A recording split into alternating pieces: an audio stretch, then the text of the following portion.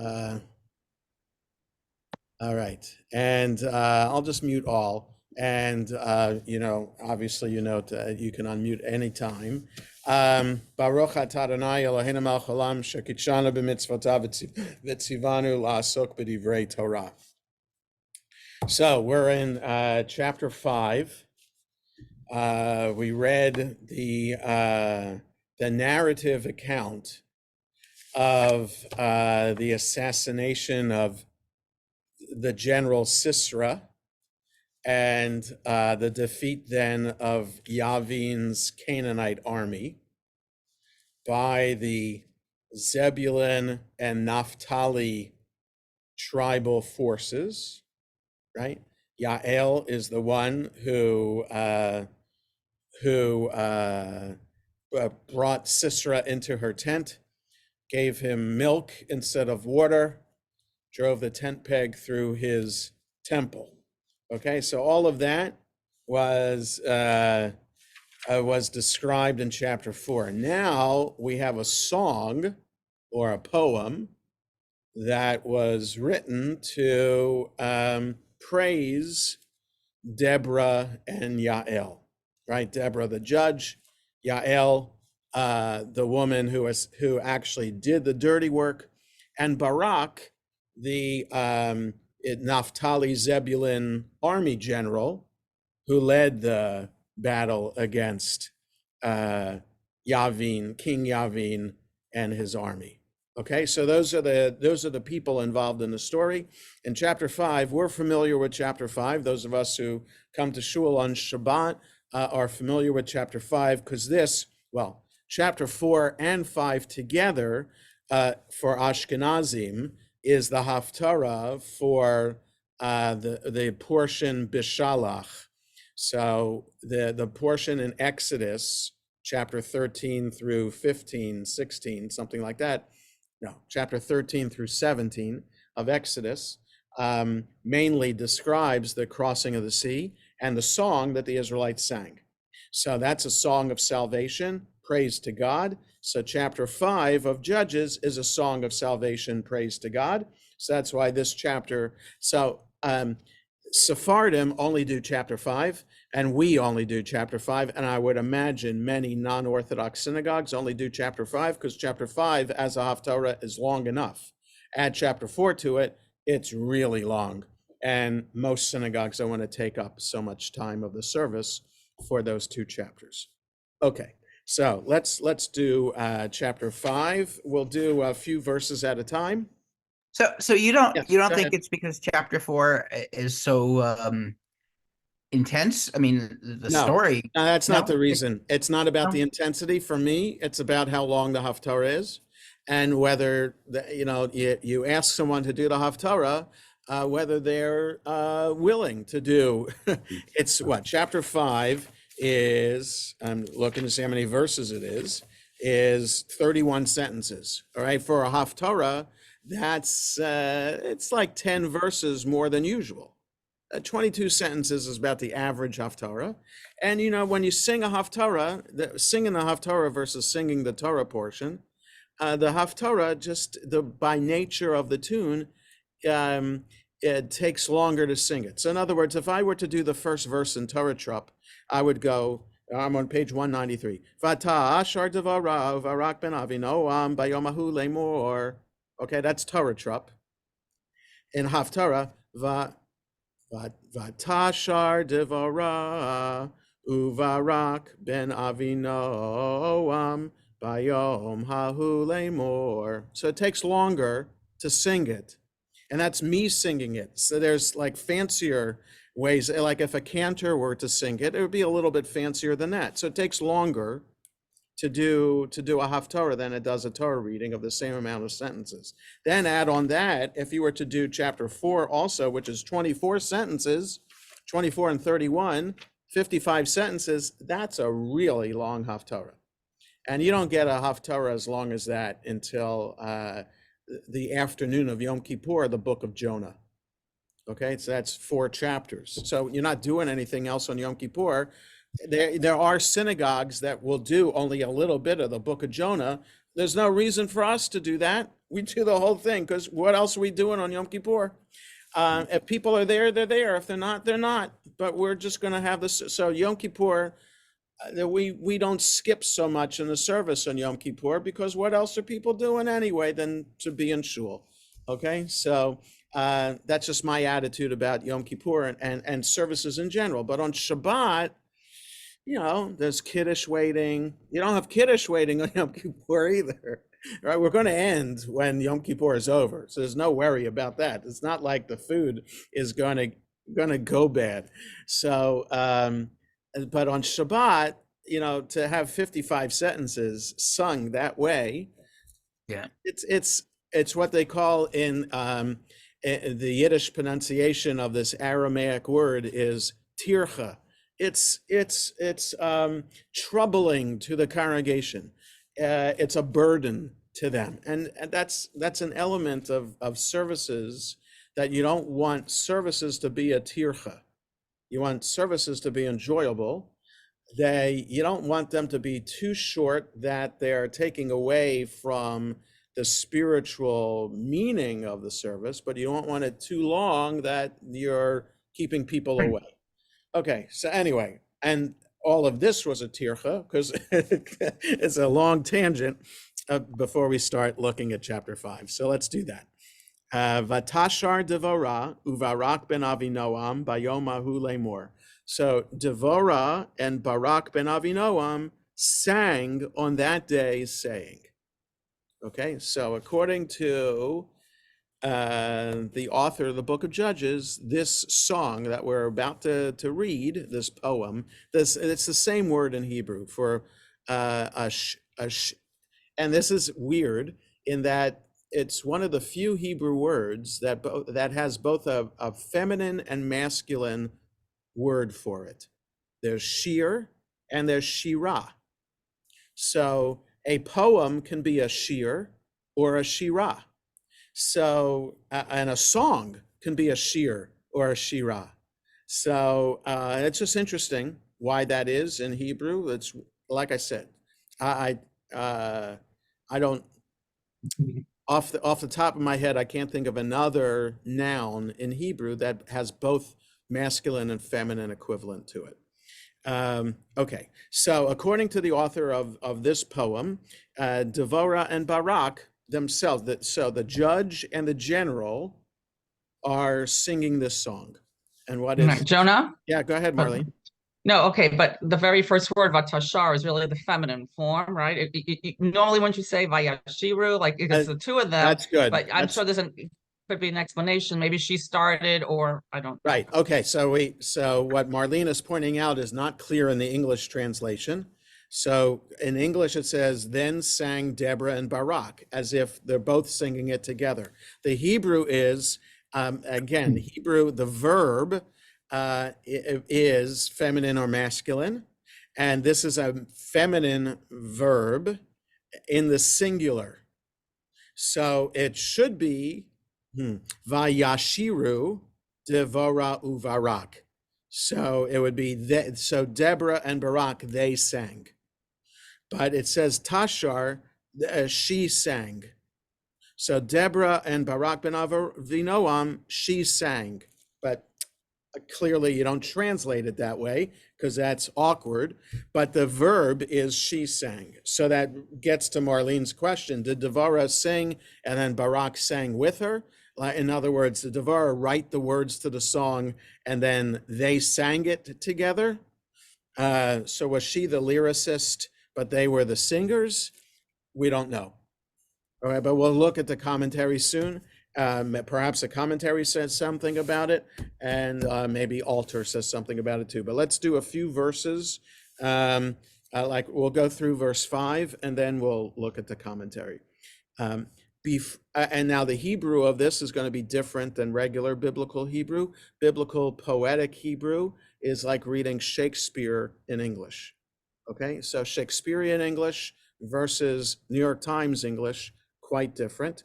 Biblical Hebrew poetry, quite different than biblical narrative Hebrew. Okay, so Bifroa Peraot BeYisrael. behit nadev am barchu Adonai. When people in Israel let their hair grow, when the people offered themselves up willingly, that is, volunteered themselves, they blessed God. Shim'u melachim ha'azinu roznim. I have no idea what that means about letting your hair grow. We'll see in the commentary what that's talking about. But the willingness of the people to volunteer, maybe they volunteered willingly for, like it says, 10,000 troops from Naphtali and Zebulun joined Barak to fight King Yavin and Sisera. Shim'u melachim, verse 3, ha'azinu roznim, anochi la'Adonai, anochi ashira, azamer la'Adonai, Elohei Yisrael. Now, just Shim'u and Ha'azinu.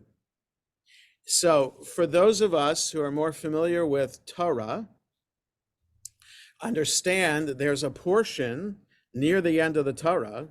It's the second to last portion in the book of Deuteronomy, and therefore the second last portion in the Torah, which is Ha'azinu. So Ha'azinu is Moses singing a song that summarizes Jewish history until that point, right? So before Moses is to die, he's supposed to share a poem with the people of Israel. The poem starts, Ha'azinu Shamai, Ha'azinu. It's something about the heaven and the earth, and I don't remember the Hebrew words exactly, of course, right now. But let me just get the Eitz Chaim off the shelf.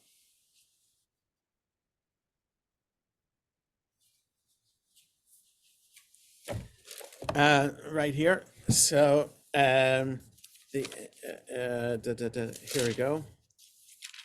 Ha'azinu hashamayim va'adabera v'tishma ha'aretz imrefi. Give ear, O heavens, let me speak, let the earth hear the words I utter. Okay, so it's ha'azinu shamayim, let the heaven hear, tishma ha'aretz, let the earth hear. Okay, ha'azinu shamayim, tishma ha'aretz. The haftarah for ha'azinu, just a second, is a song that David sang. Yeah, but that's not what I want to see. There's a song that David sang to that where he was saved from being killed by King Saul. That's the Haftarah for Ha'azinu. But the Haftarah for the first portion in Deuteronomy, which always occurs before the fast day of Tisha B'Av, is a Haftarah from Jeremiah. And there, the Haftarah for the portion Deuteronomy, Shim'u Shamayim V'Ha'azinu Ha'eretz. Let the heaven hear and the earth hear. He just switches. Like the Torah says, Ha'azinu Shamayim V'Tishma Eretz. So Ha'azinu goes with Shamayim and Lishmoa goes with Eretz for Moses. But for Isaiah, the ear goes to, the Lishmoa goes to Shamayim and Ha'azinu Eretz. So all I'm saying from all of this is, when we hear the words Shim'u and Ha'azinu, the person hearing this, the person reading the Bible thinks, I don't think I'd be the only one who's fluent in reading the Torah and the Bible in Hebrew and knowing the phrases. I wouldn't be the only one who, when you hear Shim'u and Ha'azinu together, you expect heaven and earth to be the subject. Here in verse 3, it is, listen kings and listen rulers, where it says here princes. So it's not heaven and earth that we're talking about. This isn't a spiritual matter necessarily, but then the second part, Anochi la'Adonai, Anochi Ashira. I am for God, I will sing. So I will sing unto God. So listen, kings and rulers around me, I'm going to sing to God. Azamer la'Adonai, I will sing praise to the Lord. Yes, I will sing praise to the Lord, the God of Israel. Okay, so this is a song.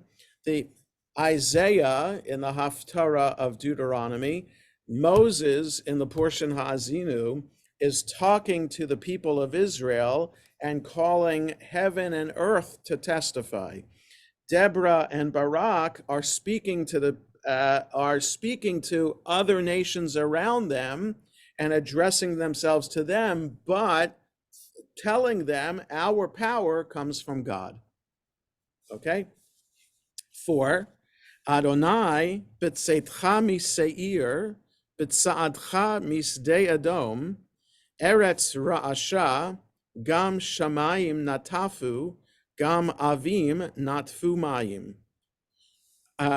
God, when God left exited from Seir, Seir is where Esau ended up, Jacob's twin brother, ended up in Seir. It could also be Babylonia. It's unclear where it's near Edom.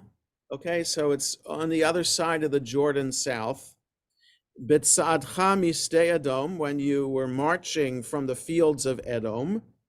All right, so biblical poetry usually is not rhyming, but taking phrases that you take a sentence and you say the same thing a little bit differently in both sides of the sentence.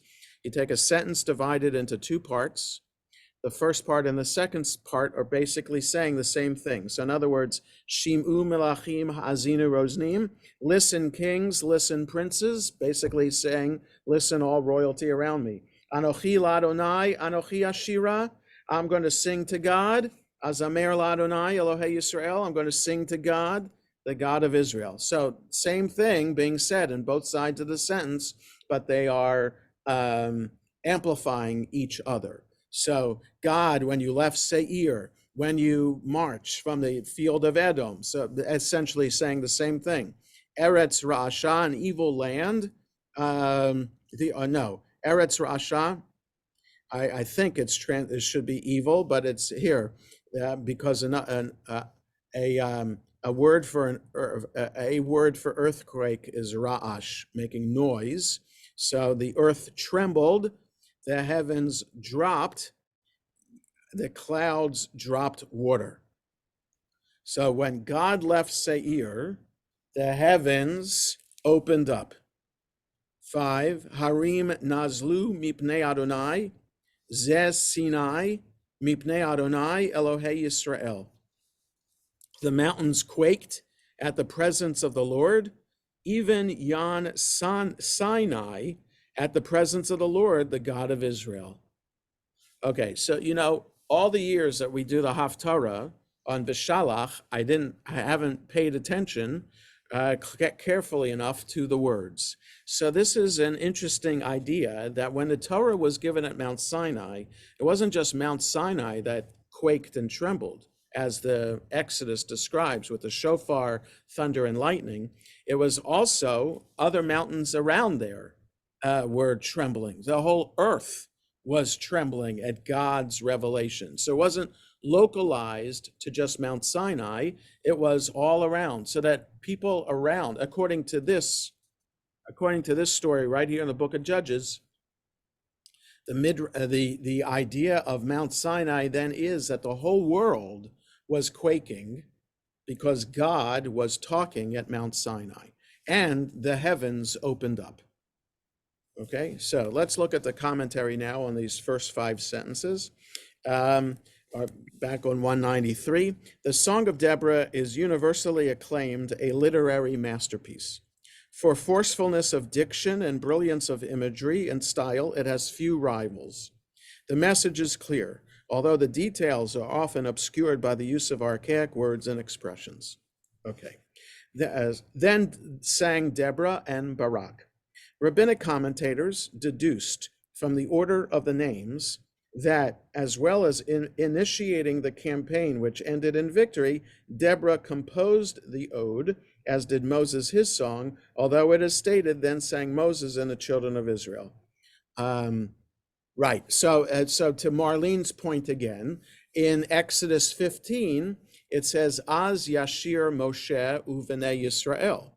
And in English, it's, again, you can't tell, then sang Moses and the people of Israel. So it seems like Moses and Israel are singing the song together, but in Hebrew, it's the singular. Then sang singular. Then he sang Moses and the people of Israel. So just like there in Exodus 15, it was the singular verb, meaning then that Moses must have been the one singing or composing the song, and the people just sang along. Here too, Deborah must have composed the song because it's the singular verb, and Barak just sang along. Yes, Barry? Can you remind me? I thought at the end of the Exodus, it was Miriam that sang the song. Moses led the people of Israel in song, and then Miriam led the women in song. Okay, yeah. So back here then answers Marlene's point. At least rabbinic tradition says Deborah wrote this song, and Barak was just going along for the ride. Okay. On that day, not in the sense of at that time, but literally on the day of victory. So that's a thought but in thinking about this, I have no idea when this song was written. Was it written by the same author of the book of the rest of the book of Judges?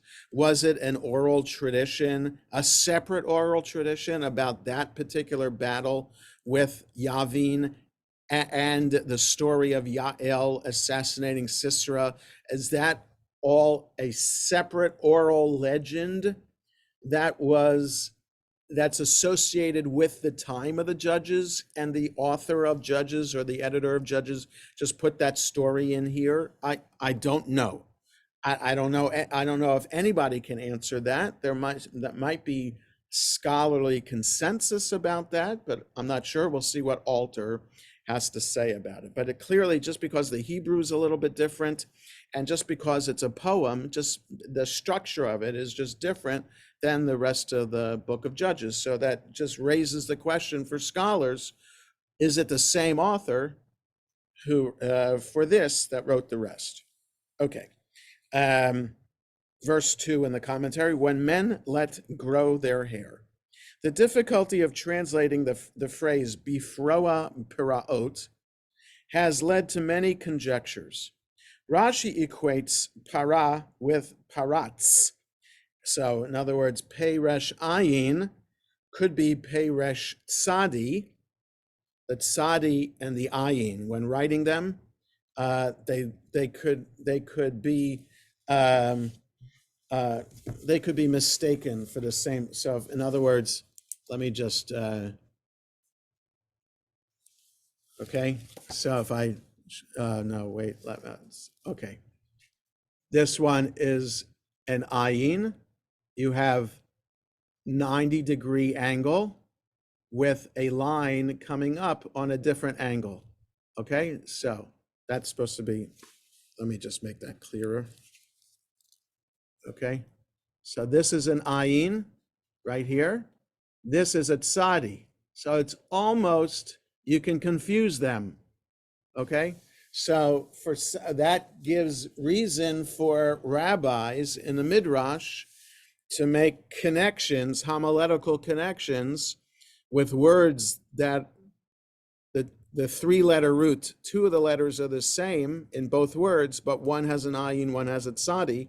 That could lead some rabbis to compare those words just because of the ayin and its tzadi. So Rashi says that para is here, peresh ayin, should be similar to a word, peresh tzadi. And he says, when the heathens made breaches, that is split, parats means to break open. When the heathens made breaches among Israel as a punishment from God for his having forsaken him, and when the people offered themselves willingly to repent, bless the Lord for the salvation he wrought. So in other words, reading this not as when Israel let their hair grow, but when idolatry broke through in Israel, But then people volunteered to bless God. Okay, so there was idolatry was rampant, but there were people then who stood up against it. That's how Rashi reads this. Because what's the letting your hair grow? What does that mean? Well, you know, when Yeah. I read that, or when you were reading it, the first Yeah. thing that came to my mind was the I can't remember the name of the like Samson was one of them. You Oh, know, yeah. Well, we'll get to him. He let us, yes. But that yeah, was what is for a it? different What are they reason. called again? Nazarites. The Nazarites, the Nazarites. Nazarites who let their hair grow as a spiritual cleansing, as a, I mean that, Yes. I mean that's what jumped out of my mind when I. Yeah, the only thing though is if we're talking about Nazarites here, I think it would have said Nazarite more specifically, as opposed to people letting their hair grow. I'm not sure. I don't know. It's just an odd kind of reference. What does letting your hair grow have to do with volunteering? So I don't know. So that's why Rashi plays around with the word, like what the idolatry is rampant, and then people volunteered to stand up against it. All right, Well, Kimchi. I Yes. mean, it seems like it's the going the extra mile. It's like that, you know, you can be spiritual, you can be religious, but then if you're going to abstain from alcohol, grow your hair long, and all the other Yeah. things, it's like an extra. I don't know. Okay. Maybe. I'm not discounting it. Not discounting it. I'm just saying that it just raises. It's weird or unusual what this is referring to. So Kimchi associates it with revenge or retribution, explaining thus: both for the retribution God performed against Israel for their sins, and for their willingness to go to war and defeat the foe, bless the Lord. That is, both for the bad and the good, we must thank God. Oh, so bifroa praot, when bad things happen in Israel, and then when good things, of people volunteering, we should bless the Lord. Abarvanel and Mitsudat David explain thus, both for God's wreaking vengeance against the heathens through Israel, and for inspiring the people to offer themselves willingly in battle, despite great odds, bless the Lord. So in other words, all these commentators are agreeing with Rashi about the Bifroa Praot is something related to paganism, idolatry. Ralbag, that's Levi ben Gershon, Gersonides, assigns to the root the meaning to cease. So Peresh Ayin, he thinks means to cease, and renders when their strength ceased, that is, when they were too weak to resist the enemy, and nevertheless offer themselves willingly to battle. This was indeed a wondrous victory for which we must bless the Lord. So I like that idea. Okay, it just shows, we'll see how Alter translates it in a moment, but it just shows how hard it is to understand this reference. Bless. Here, with the meaning thank, praise. The tenor of the verse is, at a time when havoc was wrought among the people of Israel by the oppressing Canaanites, and the masses rallied voluntarily or enthusiastically to fight them, thank the Lord.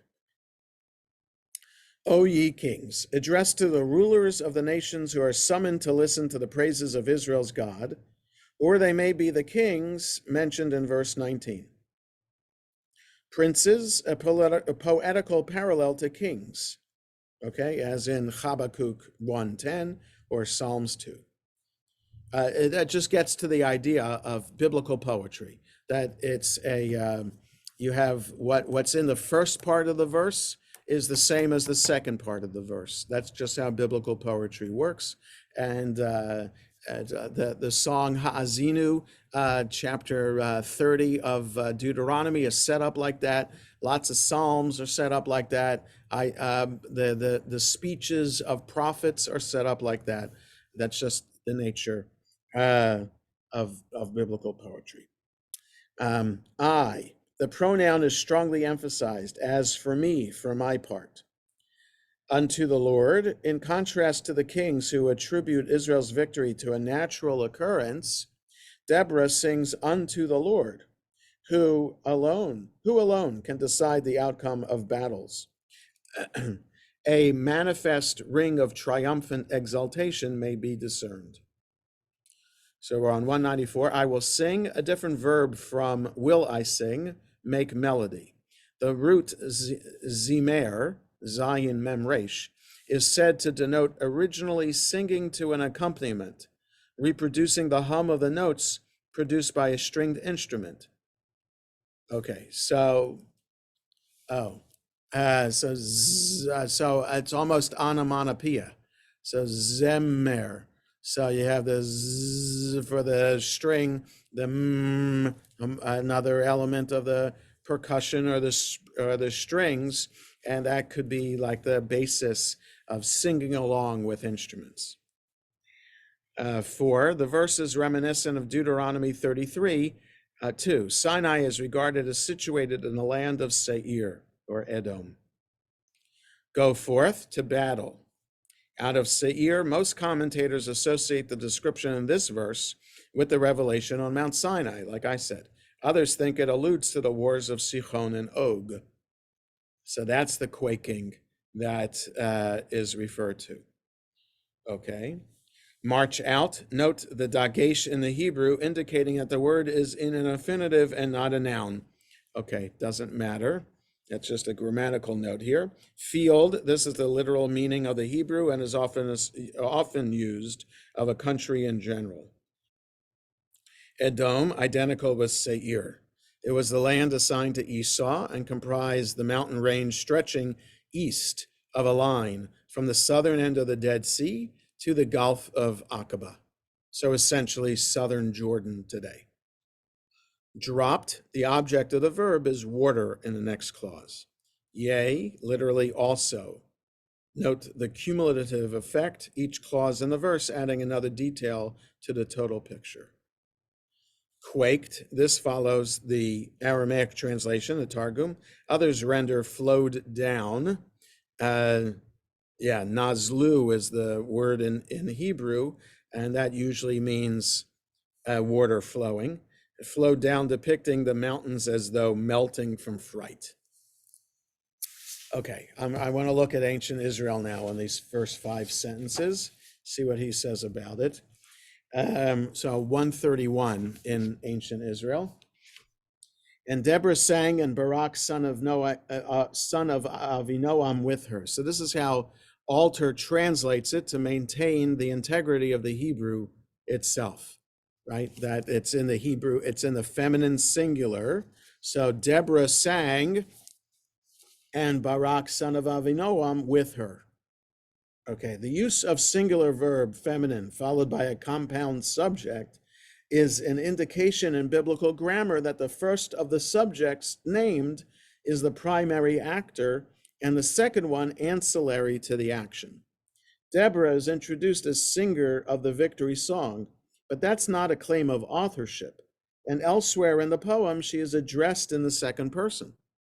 In any case, the scholarly consensus is that this is one of the oldest texts in the Bible, perhaps composed not long after the battle it reports around 1100 BCE. Its language abounds in archaisms, many of them uncertain in meaning, and probably some of them scrambled in scribal transmission. Okay, so he says, according to biblical scholarship, this is one of the oldest sections of the Bible itself. Okay, so that's pretty cool. It's possible the other songs in the Torah as well could reflect older traditions than the narrative of the Torah itself too. Okay, so we're talking, I think biblical consensus is that the Bible, the early strands of the Bible are written at this time that Judges is talking about, Joshua and Judges is talking about the settlement of the Israelites in the land of Israel. Okay, so, mythologically, religiously, we're supposed to believe that the people of Israel were founded by God through Abraham and Sarah. But there's no archaeological evidence or any historical evidence to prove that. Okay, so from Abraham and Sarah through the Exodus from Egypt, all we have is myth, religious myth. And but that serves as the foundation of who we are as a Jewish people. But if we want to prove our existence in the land of Israel, we can only prove it to the time of Joshua and Judges. Okay, we can't prove our existence as a people beyond that yet. Okay, we just haven't found any documents that referred to Abraham and Sarah, Isaac and Rebekah, Jacob and Rebekah and Leah, or Joseph and his brothers. We just don't have any corroborating evidence of that. For us as Jews, it doesn't matter, right? We have the story in the Torah that's enough to serve as the foundation for us. But if for others, scholars who want to prove things, you can prove that we've been in Israel since 1100, 1200 BCE. Okay. The Go ahead. Egyptian steel that says that the It's not Israelis. the people of Israel. What's that date? But what is the date of that? Where I don't, the 1300 BCE maybe, but it's the Abiru, I think they're called. I'm not. It's not Israel. They're not called the people of Israel. Right. Okay, so Right. I don't remember offhand what they're called, but there are some scholars who connect that to the people of Israel to prove that Israel was in Egypt. But it's unclear. It's unclear. So biblical scholars are saying that this story is actually even older. Than the rest of writing of the the story is narrative. even older than the 5 books of Moses. So Right. Yeah, scholars think that the Torah, along with the rest of the Bible, was the first strands of it were from this time of early settlement in the land of Israel under Joshua and Judges. Okay, I think scholars agree that the entire Bible was put together later in Israelite history, maybe before the exile to Babylonia, or maybe in Babylonia itself. Okay, so but that we don't know, because the book of Esther, everybody agrees the book of Esther is among the latest, if not the latest, of all the books in the Bible, just because of the Persian words in it and other subject matter and how the Hebrew is composed there. It's just different. So the scholarship is really focused on the Hebrew, the structure of Hebrew, the grammar of the Hebrew, and you can see differences in different books. Okay, so Alter goes on. When bonds were loosed in Israel. So that's how he translates when the hair was let down.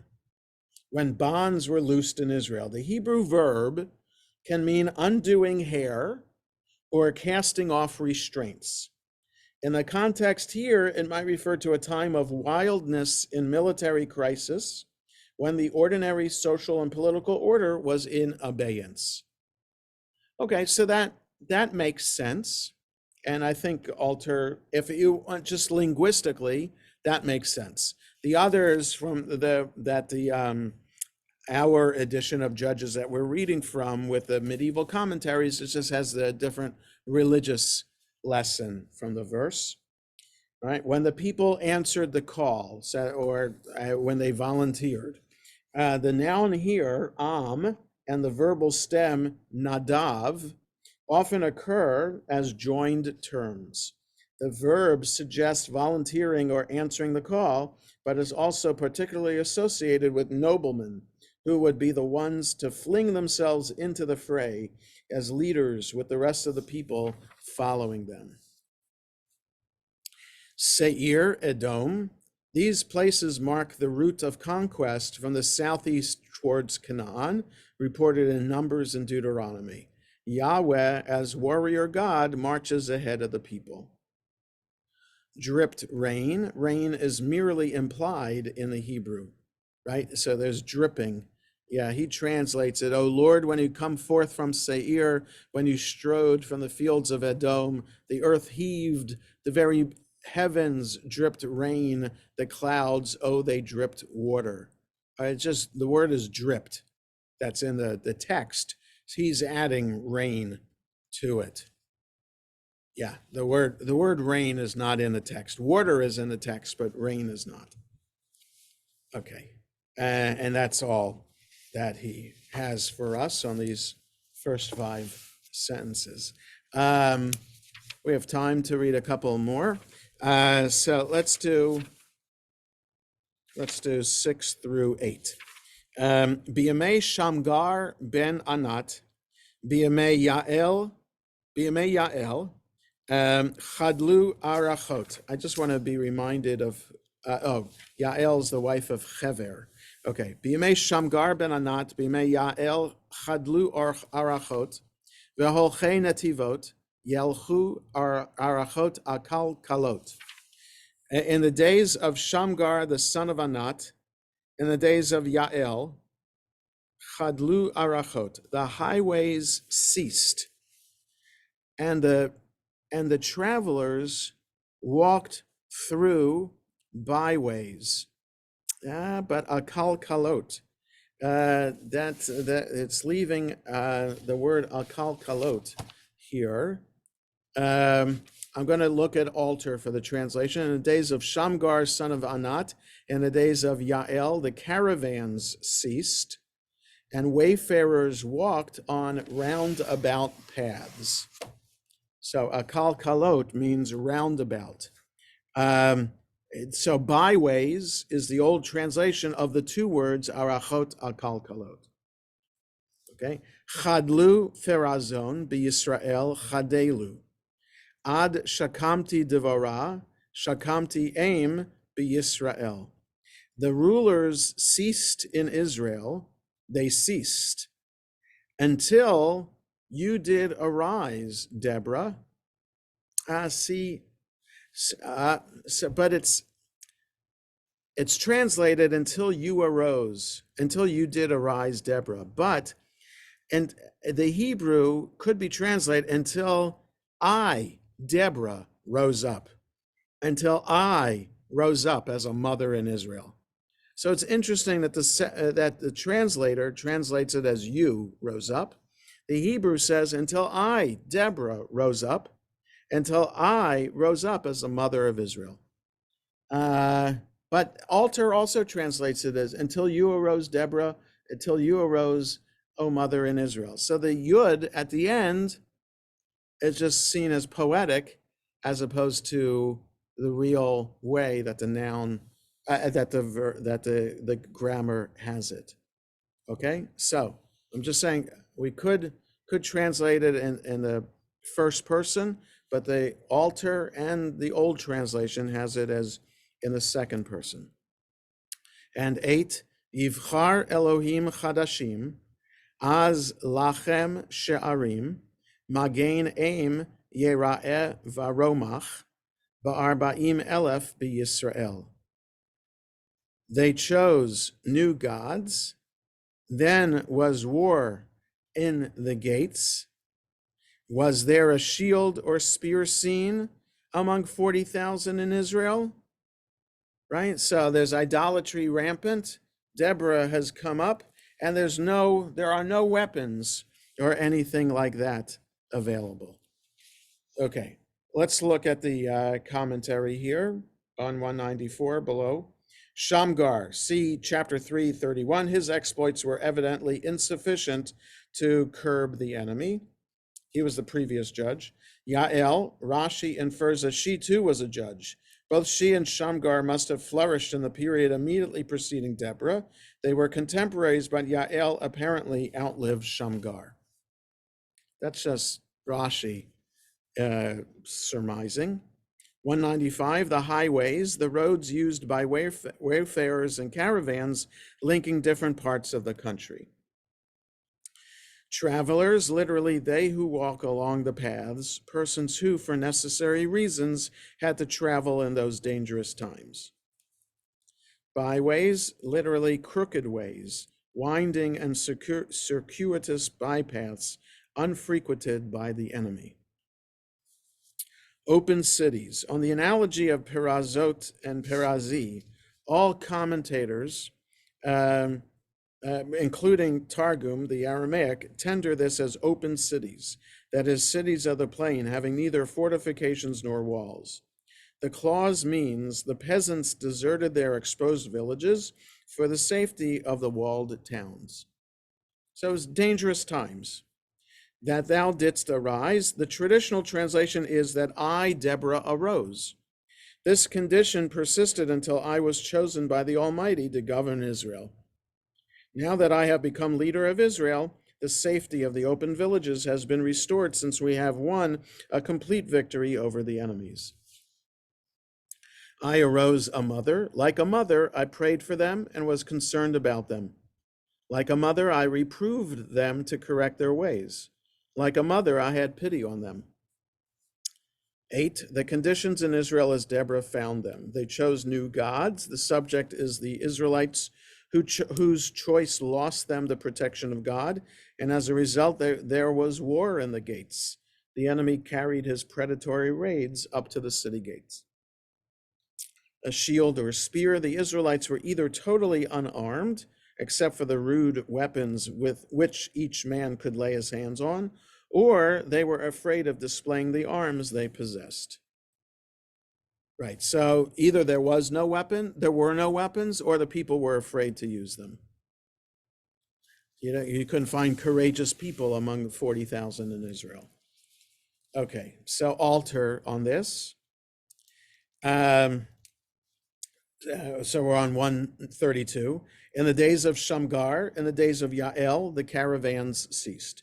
Shamgar, the first of the judges, is represented as chronologically overlapping with Yael, the heroine of the poem.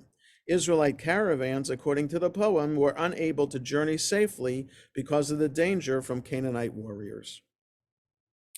Unwalled cities, that's the Perazon. There were wildly different interpretations of the obscure Hebrew noun Perazon. This translation links it to the verbal stem Pe Resh Tsadi, to breach, and understands it to indicate a town without walls. At a moment of grave military instability, Israelites could no longer live in such unprotected places. Ceased, in Israel they ceased. This pattern of incremental repetition, the increment here is in Israel, strongly marks this poem and is a hallmark of its archaic character. Incremental repetition is the most explicit form of development or intensification from the first half of the line to the second, a pattern in which something is literally added in the second verset. Till you arose, Deborah, till you arose, O mother in Israel. This is another line built on incremental repetition, although the ending of the verbs looks, according to later normative grammar, like a first-person singular. It's almost certainly an archaic second-person feminine ending. And they chose new gods, 133. As in the prose narratives, cultic disloyalty leads to military catastrophe. Then was there war at the gates. Okay, it's 10:20. I